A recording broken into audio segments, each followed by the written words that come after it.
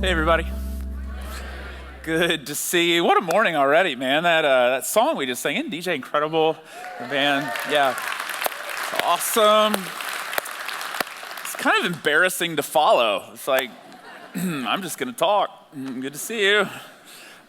Need to get a ukulele or something out here. Man, make these sermons more interesting. And baby cuteness, wasn't that awesome? So good to see so many kids up here being dedicated. If you're just joining us, we're in the middle of a series. Yeah, you can cheer for that. That's okay. Yeah, it's awesome. It was very, very cool. If you're just joining us, we're in the middle of a series on the book of Ecclesiastes, and this is a book that we've said week in and week out. This guy named Solomon, he's a bit of a cranky old curmudgeon. He's not really preaching, he's ranting. When you put it up against the other books of the Bible, he's not really giving you answers like the other books do. He's really just, he's asking you questions, and we've said week in and week out, there's a reason for that. He's trying to get us to examine our life. It's philosophy. He's trying to get you to ask the question, what's the purpose? What's the meaning of life? What's the good life? How do you live? How do you find the good life? And essentially what he's doing in this book is he's showing us there's really only two options. Either there is not a God, that's one option, and if that's true, this life, it's random. There's no real justice to it. Either lucky or you're not, depending on where you're born, depending on how talented you are. There's no meaning. Things happen. It's all just kind of random, and then you die. Either that's one option. There's no God, and that's the default position of a lot of people in our society. Or Solomon says you are eternal. There is an uncreated God who is pumping breath into your lungs, and every moment, every interaction, every conversation, every moment in traffic, every son or daughter that you have, every interaction with a grandchild, every conversation with a coworker, it is all eternal, and 5 billion years from now, everything you do, it's still significant, it still matters, and there's no middle ground between those two. Those are your two options. He's essentially saying in the book that we've said it this way week in and week out, that you are eternal, that this is you right here. And this is, I see the guy with the beard from a couple of weeks ago has left our church. Usually they're the same bearded Jim. Anyway, hope he's somewhere loving Jesus today. This is you right here. That this green part, this is the 80, the 90 years that you get, and our rope is fraying, which there's nothing to read into that. This doesn't mean you had like a really tough childhood or anything, but it is sort of dying here. This is your life, and either this is all you get, this green part, or according to Solomon, you're eternal. You go on. You are 5 million years from now, 5 billion years from that. It all matters, and it's all significant. And Solomon is a guy, when you read his words, when you read the things that he says, especially in Ecclesiastes, at times he sounds like Ron Burgundy. At times he sounds like Billy Graham. But when you read the 3 books that he's written, Proverbs, Ecclesiastes, Song of Solomon's another book, in the scriptures, he has 2 themes that he returns to again and again. I'm going to choose one of them today. The theme of sex and the theme of money. These are hot topics for Solomon, especially if you've ever read the book of Song of Solomon or Song of Songs. You really need to be 18 to read that book. It is very... you would blush when you read it. And the reason he has this theme of sex, the reason he has this theme of money again and again is because both of these for Solomon have caused him a great degree of hardship and a great degree of pain.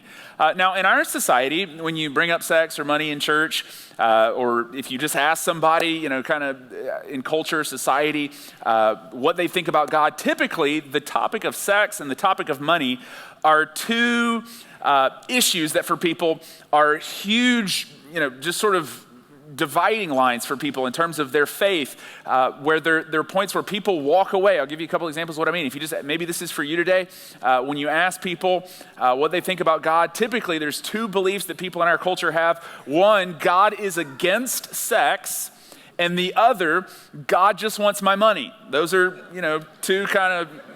You laugh, but it's nervous laughter because you think that way, right? But God just, he just wants my money, and God is against sex. And I'm not going to spend a lot of time on this, but I just want to say this up front if that's you today.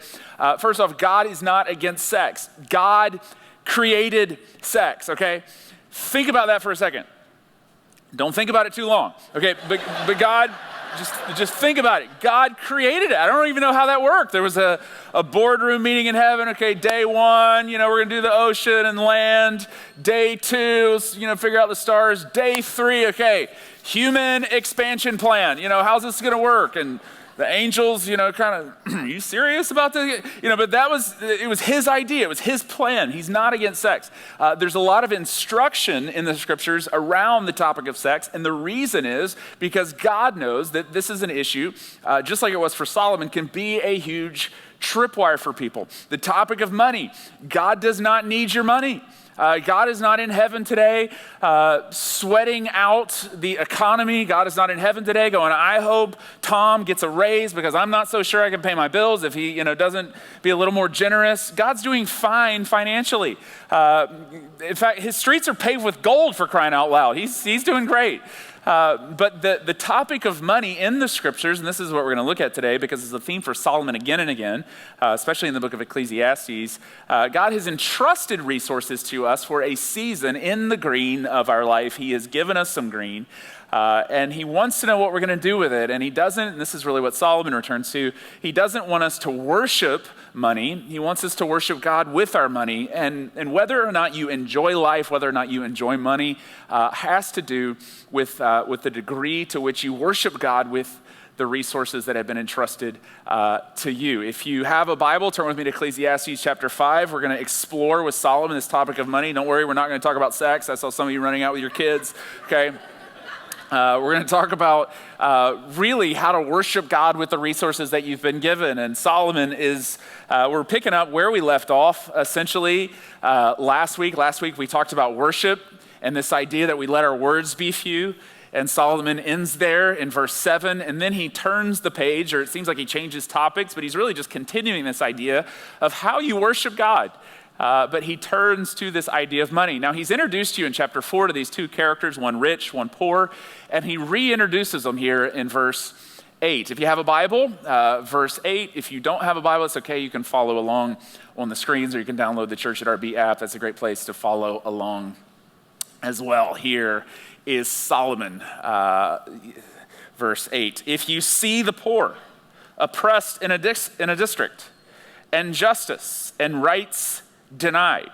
Now, if this is the other 65 books of the scriptures, what you're going to have here is intervene, do something, feed the poor, care about the poor, which is true, but Solomon is not trying to make that point. The other 65 books of the scriptures really do that. Solomon says here, do not be surprised at such things.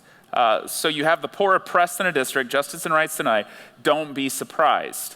And he's looking at life under the sun. If this is all there is, of course, that's how life is going to work. For one official, he says, is eyed by a higher one. And he explains red tape, he explains bureaucracy, essentially. And over them both are others higher still. The increase from the land is taken by all. And then he introduces you to this king who's wealthy, who's well off, but we'll see in a second, is unrighteous. The king himself profits from the fields. Now, Solomon is a king. He's well along in his years here, but he's a king. He's a politician. And he's introducing you to this rich person. He's reintroducing you to this rich person and this poor person from chapter 4. And he's describing a king who essentially is operating a Ponzi scheme. He has his hand in everybody's pockets. He's take. That's the name of the game. Now, in Solomon's world, much like ours, there's class warfare between the rich. Bless you. Did she die on that sneeze? What in the world? It was like a rocket. You just went straight to heaven. My goodness. In our society, there is debate, there's controversy, just like Solomon's world, between the rich and the poor. Now, those are tripwire words, depends on how you define it. In our society, the 21st century, we would have a lot of ways to define poverty or the poor. It's somebody who lives below a certain standard or somebody who's on welfare. It's a little harder to define somebody who's rich in our society. If I asked you who's rich, you would say, anybody who has more than I do, that's who's rich, essentially. And in Solomon's world, the rich, the poor, they're contested, they debate. There's controversy between those two for the reason that we see here. Here, the king has got his hand in everybody's pocket. In our society, and this is really historical, it's not just America, and this is a gross oversimplification, so don't read too much into it. There's two attitudes towards the poor, and there's two attitudes towards the rich. One of the attitudes towards the poor in our society, well, they deserve it, they should work harder. Another attitude towards the poor is they don't deserve it, the system's rigged to keep the poor poor. We should intervene, we should help. On the other side of the coin, there's two attitudes towards wealth or prosperity. One is, I deserve it, they worked hard, that's how the system works. Another attitude towards the rich, they don't deserve it, the system's rigged to keep the rich rich. It's all just sort of a scheme and a game. I don't say that to wade into any sort of economic or political conversation. Here's the point. The scriptures are not as concerned with whether or not you are rich or poor. That's life under the sun. That's the question. The scriptures are really concerned, if there's a God, are you righteous or are you unrighteous? That's the question. Whether you're rich or poor, are you righteous or are you unrighteous in what has been entrusted to you? Now that word righteous, again, it's a tripwire word. Depending on how you were raised or depending on your value system. If you grew up Catholic, you would probably have a set of behaviors around this is what it means to be righteous. If you grew up Baptist, you would probably have a different list around this is what it means to be a righteous person. If you didn't grow up in any sort of religious household, your parents raised you probably with ethics and morals, and you would say, this is what, maybe you wouldn't use that word, but this is what it means to be a good, upstanding citizen. This is what it means to be a righteous person. In the scriptures, when Solomon, in particular in the Old Testament, when Solomon uses that word, it has a communal dimension. It has a social dimension. Bruce Waltke, famous theologian, famous Bible translator, probably one of the most iconic Bible translators of the last 50 or so years, he defines the word righteous this way for Solomon, that when Solomon uses that word, this is what he means. The righteous, and I think this is a good definition, the righteous are willing to disadvantage themselves to advantage the community. The wicked or the unrighteous are willing to disadvantage the community to advantage themselves. And so there's a communal dimension. The question of righteousness in the scriptures, if you want to know if you're righteous or not, the question is, when you get a raise, is that good news for the city? Is that good news for somebody other than you? And a righteous person, they disadvantage themselves for the advantage of other people. And in this story, you meet a king. Now, I just want to say this for a second. In the New Testament, a king is going to come named Jesus, that every heart in human history craves for, because what is he going to do? He is righteous in the way that he demonstrates this very principle. He comes and he disadvantages himself on a cross for what? For the advantage of you. How does Paul say it? That Christ left his riches, became poor, so that you in your poverty could become rich. That's how King Jesus comes into this world, what we all crave for in our heart. And here in this story, you're introduced to a king who is unrighteous. You're introduced, what does he say? A poor person who's oppressed, justice and rights are denied. Who is this poor person? They are poor, but they are righteous. They're righteous. Some of you might describe your childhood this way. You might say, my mom or dad, we didn't grow up with a lot. We struggled. We didn't, have excess. But dad, he took us to church. He took care of our neighborhood. He was righteous. We were poor, but we were righteous.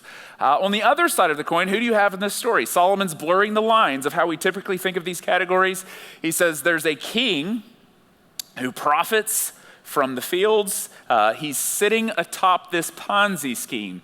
He is rich, but what? He is unrighteous in how he has gained his riches. Solomon's saying it doesn't matter if you're poor or rich. The question is, are you righteous or are you unrighteous? That is the eternal question when it comes to stuff and possessions. We all have a tendency, here's why this matters, because we all have a tendency, don't we? When it comes to money, possessions, stuff, to deify it, to baptize it, to use money as a measuring stick to determine how blessed or how favored or how loved by God we are.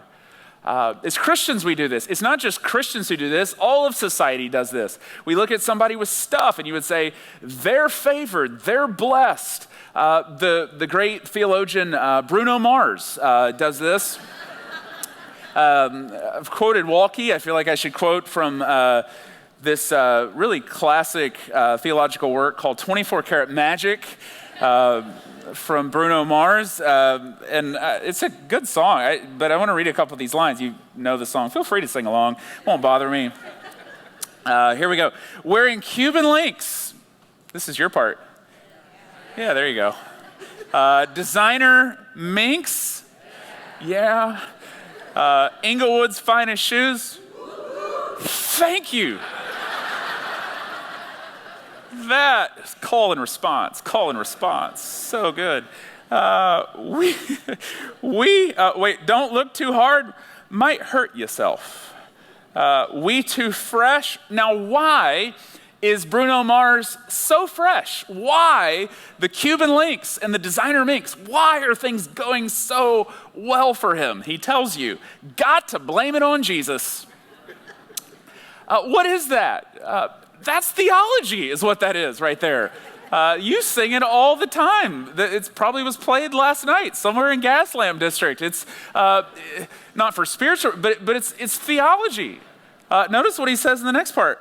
Hashtag blessed. They ain't ready for me. I'm a dangerous man with some money in my pocket. Whoop, whoop. There we go. If you're new here, welcome. We're so glad you're here. Next week, who knows? Maybe Travis Scott line. I don't know. But that's theology is what it is. Whether he means it or not, the idea is there is an invisible God who has given me visible things. I'm blessed. He even names them. Jesus has given me Cuban links, designer minks, Inglewood's finest shoe. It's theology, whether he's serious or not. We think in those terms. We might call this, if you've been hanging around church for a while, or you don't have to be a Christian to know this term, the prosperity gospel. The prosperity gospel is a view of God that really paints a picture of Jesus, sort of isolates Jesus as a king with servants and streets of gold, kind of that image. And it puts as the pinnacle of faith, while you're in this world, what your prayers should be about, the sign of God's blessing and favor is how healthy, how wealthy, how much stuff you have. And it tends to, at best, dismiss the poor. At worst, it will demonize poverty and say, well, God is not smiling on those people like he is smiling on us or on me. Now, on the other side of the coin, we deify money. We baptize money. We think it's a sign of favor, blessing. The other side of the coin of that is the poverty gospel. This paints a picture of Jesus as a couch surfer, sort of a no place to lay his head. That's the focal image. He is sort of a Robin Hood kind of character. Maybe you grew up in such a way that you felt guilty for having a steak dinner or eating anything nice. How can you do that when there's people who suffer and struggle in the world? Have you not read this particular verse? At the same time, it can tend to demonize wealth. How can you, anyone with possessions and stuff, that is just wrong. What is Solomon doing here? He's blurring the line. We want to look, all of society does this, to look at stuff as some kind of measuring stick or some kind of metric as to how blessed or how favored you are by God. What does Solomon do? He says, let me show you somebody who's poor, but they are actually quite blessed. They are righteous. Let me show you somebody who is well off. They are wealthy, this king, yet he tells you in the next part, he's cursed. There is an unrighteousness to him. Here's what he says in the very next verse. He says, whoever loves money, and this is really the issue here. Money in the scriptures, it's neutral. It's not good or bad. It's like a hammer. It depends on what you do with it. And he's saying whoever loves it, his point is worships it, whoever makes it the God of their life, like this king has done, will do anything to get it. Whoever loves money never has enough. Whoever loves wealth is never satisfied with their income. This too, he says, is meaningless. It's havel. It's fading. What is the point? And he's essentially saying here, and you know this, money is not a good measuring stick to determine how blessed or, God must love them because look at their stuff. At the same time, and you know this, money is not a good measuring stick to determine how happy somebody is. You probably know plenty of people. They have plenty. As the great theologian Notorious B.I.G. says, the more money they have, the more problems it brings. It just has this way at times, if it's what you love, if it's what you go after in your life, of bringing the opposite effect. It's not a good measuring stick to determine how happy somebody is. And he goes on. He explains further the nature of this king or this unrighteous wealthy person. As goods increase, so do those who consume them. You've seen this documentary. They won the lottery. They got the big bonus. They got the big contract. And yet those around them consumed them. It didn't satisfy. And what benefit are they to the owners except to feast their eyes on them? He's talking about this person, this unrighteous king, this unrighteous rich, to feast their eyes on them. And then he turns back to the poor person who justice and rights were denied. He says, the sleep of a laborer is sweet. So this person who doesn't have a lot, in fact, their justice and their rights are denied, but they sleep soundly at night. Why? They're righteous. He says, whether they eat little or much, they're doing quite fine. But as for the rich, this unrighteous rich, their abundance permits them no sleep. What is he saying here? He's opening our eyes to think eternally in the same way that he did with relationships, in the same way that he did with God. Think about your stuff from an eternal vantage point. He's saying, look, it is easy in this life, if under the sun is all we get, it is easy to look at life and see somebody who's well off, rich, has a lot of stuff, and say, wow, they have won the game. It is easy to look at somebody who doesn't have stuff, possessions, doesn't have all the sort of monetary gain of somebody else and say, wow, they are losing the game. Solomon says, not so fast, because it's the wrong question. If there is a God, that means that you are eternal. And the question is not, are you rich or are you poor? Because if that's the only question worth asking, then the only thing that matters is how much do you have? If you have a lot, you're doing well. If you don't have a lot, you're not doing well. The question is, are you righteous or are you unrighteous? And that introduces a whole new set of questions to the discussion and the topic of wealth. And now the question is not how much do I have? If the question is, am I righteous or unrighteous? Do I advantage myself to the disadvantage of others, or I disadvantage myself to the advantage of other people? Is it good news for the neighborhood when I get a raise or things go well for me? Now the question is, how did you gain what you have? Did you do it through honest means? And what do you do with it once you actually have it? Are you righteous with your possessions? The question is not, for Solomon, how much do you have? The question is, are you righteous? Are you unrighteous? What do you do with that which you have? How did you gain that which you have? That is the question that will determine how well you sleep at night, how much you actually enjoy the money that God has entrusted to you. And he's encouraging us, he's pressing us to be eternal. Eternity has been set in everybody's heart. So be eternal with your stuff, with your possessions. Jesus says it this way. Jesus comes 1,000 years later, and this is when Jesus is talking about many of the same things that David or Solomon would talk about, because they were just the big issues, much like they are in our society. This is what Jesus says, Matthew chapter 6.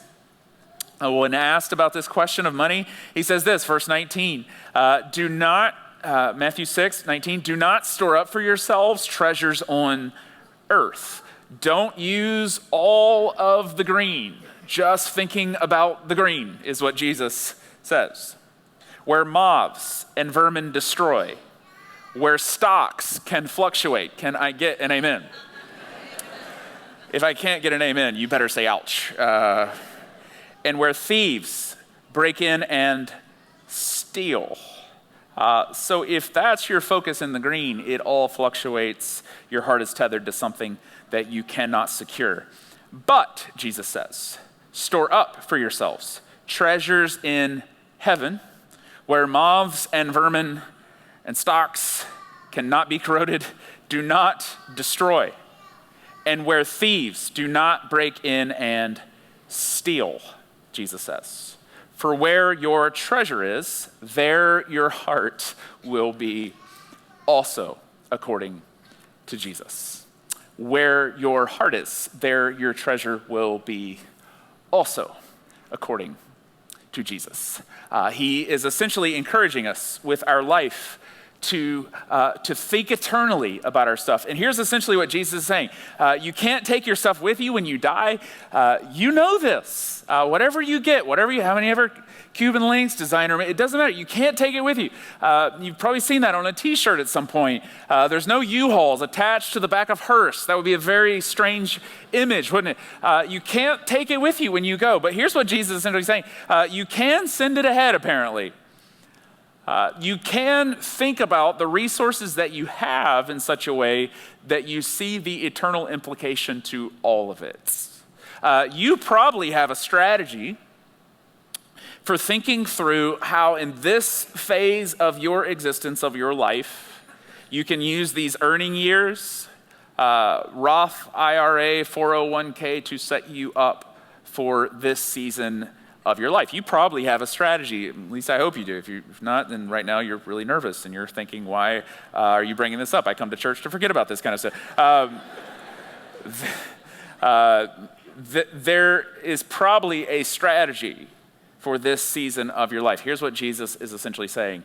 I want you to view your whole life, the possessions that have been entrusted to you, the money that you have, view your life as a strategy for investing in this part of your existence, your eternity. Do you have a strategy today for thinking through the eternal implications of your stuff and of your possessions? You go back to King Solomon. You notice what Solomon says, the very next verse. He says, look, and I love his honesty. He's just in your face over and over. He says, look, everyone comes naked from their mother's womb, in case there was any question over that. And as everyone comes, what? So they depart. Think eternally. Eternity's been set in your heart. But look, this life is short. It's temporary. You aren't promised anything. You're promised this moment. That's it. And if that's true, be eternal with your stuff. Which you said, well, how do I be eternal? How do I think eternally about my money? I'll give you several examples. A couple of months ago, I was at a gentleman's house in our church. And it was a beautiful home. And he was walking me around his house. And it would have been very easy for him to say, you know, in his house, look at, you know, this room, and here's why we designed it this way. Let me show you this. And but instead of doing that, he takes Rosanna and I around, and he says, look, in this room a couple of years ago, let me tell you about this youth group gathering from the church that we had here. In this room, let me show you, it was like 10 years ago, we had this youth group thing here, and there was a Nerf gun war right here. Let me show you this. And as you went through the house, you could literally see his excitement to tell me all the times that the youth group had gathered in this house over the years. You could literally smell the pizza shoved into the vents of this beautiful home. Why? Because he viewed this home, this possession, as something that was an instrument, a tool for eternal purposes. How incredible would it be if 5 billion years from now, a 16-year-old kid comes up to you in eternity and says, hey, I just want to say thank you. You were generous to the church at RB. You stewarded well. You used your home. You used your stuff, or whatever it was.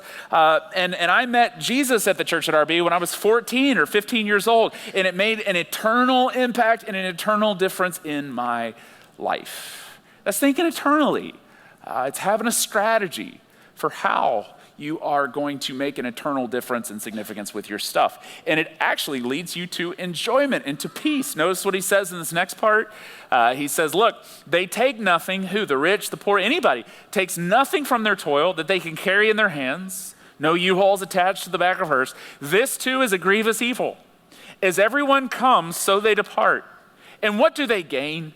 since they toil for the wind. All their days they eat in darkness, with great frustration, affliction, and anger. Here's what he's essentially saying. Look, if you worship money, whether you're rich or poor, you're going to be miserable. Affliction, anger. If money's your guy, you're going to be angry. If you work, whether you're rich or poor. But on the other side of the coin, if you want to enjoy life, if you want to have peace, if you want to have a sense of joy, you worship God with your money. In the same way he said in verses 1-7, that you worship God with your words, you worship God with your stuff, your possessions, and you will have joy. Notice what he says in the next part. He gives you this aspect, be eternal. And then in verse 18, he says something that it almost sounds like it's not even biblical when you read it, but obviously it's in here. This is what he says, verse 18. This is what I have observed to be good. So he says, look, you want to live the good life? You want to enjoy your stuff. You want to enjoy the next trip that you take. You want to enjoy the next purchase that you make. You want to enjoy the next date that you go on. You want to enjoy a fine wine. You want to enjoy a good meal. He says, look, here's how you do it. This is what I've observed to be good, that it is appropriate for a person to eat, to drink, and to find satisfaction in their toilsome labor under the sun. So you work hard, and to the degree that you have earned, enjoy.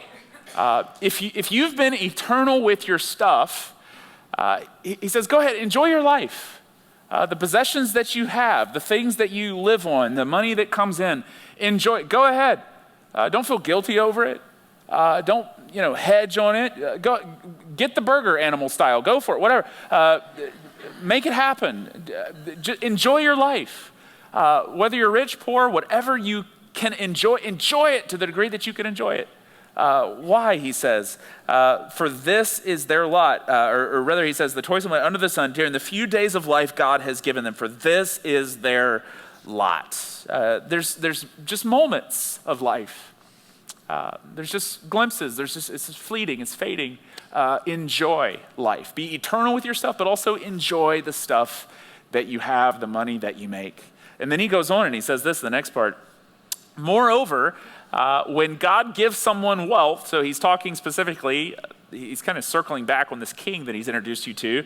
When God gives someone wealth and possessions, which Solomon would look at all of us and he would say, that's you. You have wealth, you have possessions, and the ability to enjoy them, which is you, to accept their lot and to be happy in their toil. This is a gift of God, Solomon says. This is a gift of God. They seldom reflect on the days of their life because God keeps them occupied with gladness of heart. What is he doing here? I'll tell you what he's doing. He's tempering some other things that he said in the book of Proverbs. It's very easy to read the book of Proverbs and to cherry pick a few verses and to only think about save, and to never enjoy the present or anything in this particular moment. On the other side of the coin, it's easy to read the book of Ecclesiastes and think, eat, drink, and be merry, and become a total glutton when it comes to your stuff. And he's tempering them. He's showing you there's a middle ground between those two. Yes, you should save. Yes, that's a part of it. Proverbs says that over and over again. But don't forget to enjoy your life. And if you want to enjoy your life, be the kind of person. If you want to be miserable in life, just think about the money that comes in. It's mine. How do I get more, so I can save, and rule out eternity. But if you actually want to enjoy your life, be eternal with the money that comes in, be eternal with the stuff that you have, and then enjoy the money that you have. That's the secret to the good life, according to our friend Solomon. Be eternal and enjoy. Be eternal and enjoy. Think about eternity and think about the present and how do I enjoy this? There is a connection between that is eternal and that is present that you can actually enjoy in this moment. Let's pray together. God, we thank you for the wise words of King Solomon. We thank you that you have given us a picture in the scriptures of how to enjoy our life.